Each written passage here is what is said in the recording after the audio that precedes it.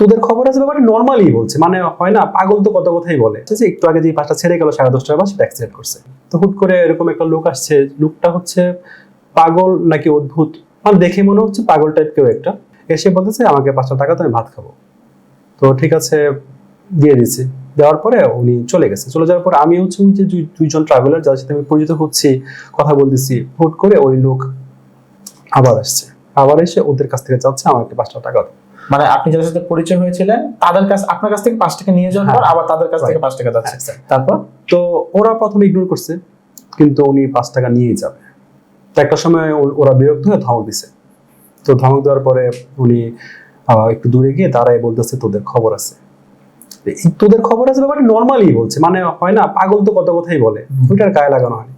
তো হচ্ছে আমার বাস ছিল হচ্ছে আপনার 12টার দিকে, আর ওদের বাস ছেড়ে গেছে আপনার 10:30টার দিকে। তখন ওদের বাসে ছেড়ে গেছে, তখন আমাদের কাছে এই বাস টার্মিনালে খবর আসে যে একটু আগে যে বাসটা ছেড়ে গেল 10:30টার বাস সেটা অ্যাক্সিডেন্ট করছে।